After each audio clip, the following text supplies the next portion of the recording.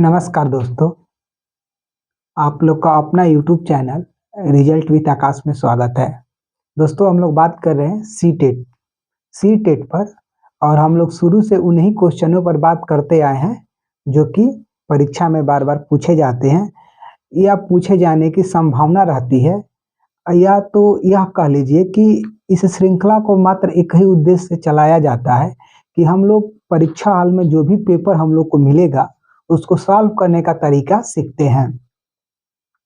दोस्तों इस वीडियो में आप लोगों को एक दो मैथ के बहुत अच्छा क्वेश्चन देखने को मिलेगा जो कि बार बार पूछा जाता है या उसी तरीके के क्वेश्चन बनता है।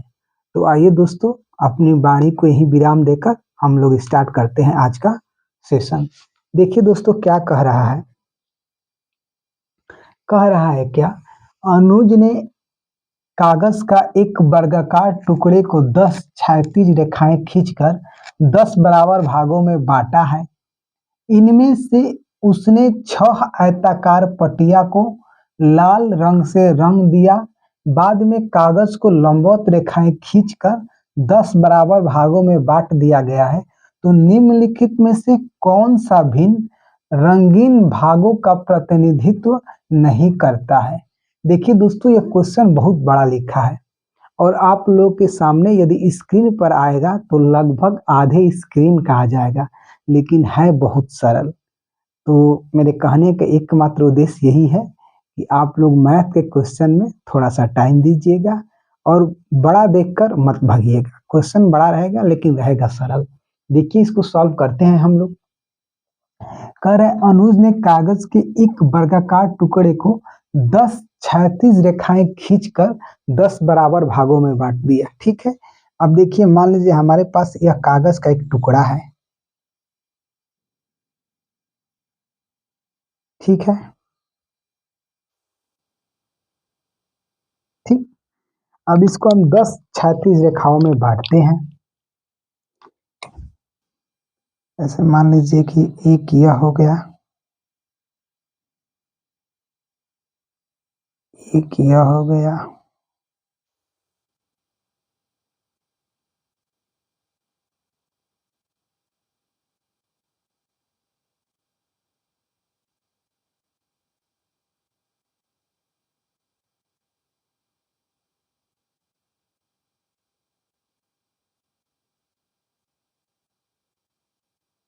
एक दो तीन चार पाँच छः सात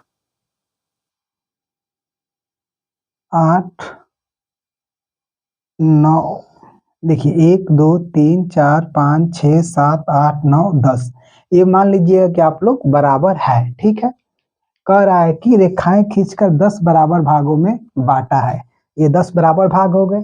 इनमें से उसने 6 आयताकार पट्टियों को लाल रंग से रंग दिया। अब इसमें से 6 पट्टियों को हम लाल रंग से रंग दिए, मतलब 6 का कहने का मतलब 1 2 3 4 5 6। अब ये हम सब लाल रंग से इसको क्या कर दिए, तो इसके नीचे की 6 पट्टियों को मैंने 6 पट्टियों को हमने कलर कर दिया। ठीक है, यह हमारा कलर हो गया।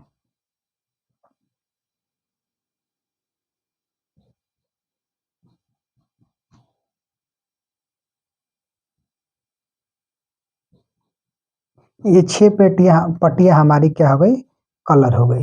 ठीक, उसके बाद देखिए क्या कह रहा है, लाल रंग से रंग दिया। बाद में कागज को लंबवत रेखाएं खींचकर 10 बराबर भागों में काट दिया।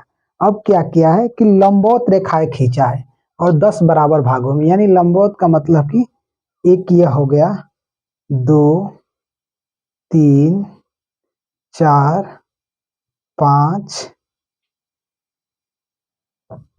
6 7 8 9, 1 2 3 4 5 6 7 8 9 10, 10 बराबर भागों में बांट दिया। ठीक है, निम्नलिखित में से कौन सा भिन्न रंगीन भागों का प्रतिनिधित्व नहीं करता है। अब बात को समझिए।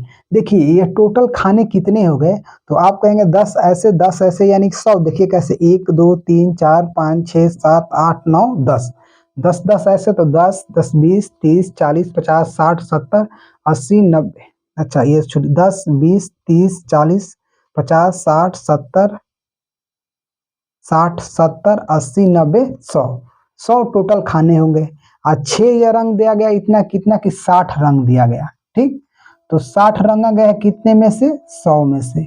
तो कह रहा है कौन सा भिन्न रंगीन भागों का प्रतिनिधित्व नहीं करता, यानी ये तो करता है, ठीक है, मतलब 60 रंगा गया है 100 में से। अब इसको काटा है तो फिर क्या हो जाएगा? 6/10, यानी कि ये भी करता है, ठीक है। फिर इसको हम कटाए तो 3 2 3 आई 6 और 2 5 10, 3/5, यानी ये भी प्रतिनिधित्व करता है। तो कौन सा नहीं कर रहा है? तो ऑप्शन नंबर डी हम लोग का क्या हो जाएगा? ऑप्शन नंबर डी हम लोग का उत्तर हो जाएगा। ठीक है दोस्तों, देखिए दोस्तों, देखने में बहुत बड़ा क्वेश्चन था, लेकिन इसको बहुत हम लोग सरल तरीके से और आराम से कर दिए। दोस्तों, आप लोगों में से जो लोग अभी चैनल को सपोर्ट नहीं किए हैं तो आप लोग कर दीजिए, आप लोग लाइक कर दीजिए, सब्सक्राइब कर दीजिए, और जब वीडियो खत्म हो जाएगा तब आप लोग शेयर कर दीजिएगा। आइए फिर हम लोग आगे बात करते हैं। दोस्तों, इस पैटर्न पर क्वेश्चन पूछे जाते हैं, आप लोगों को कम से कम 2 क्वेश्चन इस पर देखने को मिलेगा, तो आप लोग आराम से करिएगा। देखिए फिर आगे क्या कह रहा है? कह रहा है क्या? गणित की शिक्षण अधिगम में निम्नलिखित में से कौन सा लक्षण रचनात्मक प्रक्रिया का नहीं है? देखिए जब भी नहीं वर्ड आए तो ध्यान से, अब कौन सा लक्षण नहीं है? क्या कह रहा है? कक्षा प्रारंभ करते समय विद्यार्थियों की प्रारंभिक समय का आकलन करना, अंतर्दर्शी हलों को प्रोत्साहित करना, संज्ञानात्मक संघर्ष के लिए अवसर प्रदान करना, समस्या समाधान के लिए निर्धारित तरीके अपनाने को प्रोत्साहित करना। अब देखिए रचनात्मक आकलन की बात किया है, रचनात्मक प्रक्रिया की बात किया है, ठीक है। अब देखिए यहाँ पर निर्धारित तरीका इस ऑप्शन को कमजोर कर रहा है, कमजोर की पूरा कमजोर कर दिया है। क्या? यानी आप बच्चे को थोप रहे हैं कि जो तरीका निर्धारित है आप उसी से करिए, तो यह हमारा क्या हो जाएगा? यह रचनात्मकता का क्या हो जाएगा? विरोध हो जाएगा, यानी ऑप्शन नंबर डी हमारा सही उत्तर हो जाएगा। फिर आगे हम बात करें, कह रहे हैं क्या? निम्नलिखित में से कौन सा गणित में सृजनात्मकता चिंतन का एक मुख्य सूचक है? अब देखिए हमको किस चीज का? तो हमको सृजनशील बढ़ाने के लिए बढ़ावा देना है, तो निम्न में से कौन सा उचित होगा? मानवकृत तरीके से समस्या समाधान, ठीक है, प्रश्नों को प्रस्तुत करना, अशुद्धि मुक्त परिकलन, सही सूत्रों को स्मरण करना। देखिए सही सूत्रों का स्मरण करना तो कभी होगा ही नहीं, अशुद्धि मुक्त परिकलन इससे कोई लेन देन नहीं है।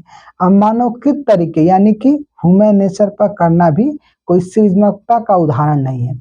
सृजनात्मकता का उदाहरण क्या है? प्रश्नों को प्रस्तुत करना, यानी बात को समझिए, इसमें कैसे सृजनात्मकता है। देखिए प्रश्नों को प्रस्तुत करने के लिए आपके पास अलग अलग तरीके हो सकते हैं, तो यह क्या दर्शाता है? यह आपके मतलब कि सृजनशील होने की प्रक्रिया को दर्शाता है, इसलिए हम लोग का ऑप्शन नंबर बी क्या हो जाएगा? इसका उत्तर हो जाएगा। आइए फिर हम लोग आगे बात करते हैं। देखिए आगे क्या रहा है? वाइगोत्स्की के संरचनावाद में किसकी भूमिका अहम है? भाषा की, परिकल्पना की, स्कीमा का विकास, इनाम व सजा। अब देखिए इनाम और सजा का तो कोई चांस ही नहीं है, और स्कीमा हम लोग जानते हैं कि जीन पियाजे साहब का है। किनका है? जीन पियाजे का है। तो भाषा शब्द किसका है? तो वाइगोत्स्की के संरचनावाद में भाषा की अहम भूमिका है। भाषा की अहम भूमिका का मतलब क्या है? कि वाइगोत्स्की साहब अंतःक्रिया पर जोर देते हैं, मतलब कि सामाजिक अंतःक्रिया पर, इसलिए हम लोग का उत्तर क्या हो जाएगा? हम लोग का उत्तर ऑप्शन नंबर ए सही हो जाएगा। फिर आगे बात करते हैं। देखिए क्या कह रहा है? राष्ट्रीय शिक्षा नीति 2020 किस पर बल देती है? देखिए दोस्तों, आप लोग जो हम लोग की न्यू एजुकेशन पॉलिसी है इसको आप लोग पढ़ कर जाइए, इसमें से आप लोगों को कम से कम 2 क्वेश्चन मिलेगा ही मिलेगा। कम से कम कितने? तो कम से कम 2 क्वेश्चन मिलेगा, तो आप लोग इसे पढ़िए, आप लोग का 2 प्रश्न बन जाएगा। अब देखिए यहाँ पर क्या कर रहा है? राष्ट्रीय शिक्षा नीति 2020 किस पर बल देती है? लचीला बहुस्तरीय गति आधारित अधिगम, कह रहा है बच्चों के लिए संज्ञानात्मक विकास से संबंधित पहलू, राष्ट्रीय पाठ्यचर्या के मानवीकरण पर, बच्चों के स्मरण कौशल को मापन पर। ये देखिए ये ऑप्शन भी गलत है, ये भी ऑप्शन है, क्योंकि स्मरण शब्द इसको कमजोर कर रहा है, ये मानवीकरण शब्द इसको कमजोर कर रहा है।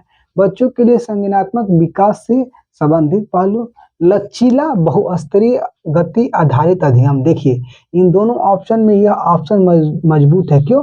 कि लचीला शब्द और बहुस्तरीय गति आधारित। बहुस्तरीय गति आधारित का मतलब है कि बहुत से तरीके की, मतलब किसी भी तरीके को उसमें अपनाया जा सकता है। वह लचीला होना चाहिए, मतलब कि फ्लेक्सिबल होना चाहिए। तो हम लोग ऑप्शन नंबर ए इसका क्या हो जाएगा? ऑप्शन नंबर ए इसका उत्तर हो जाएगा।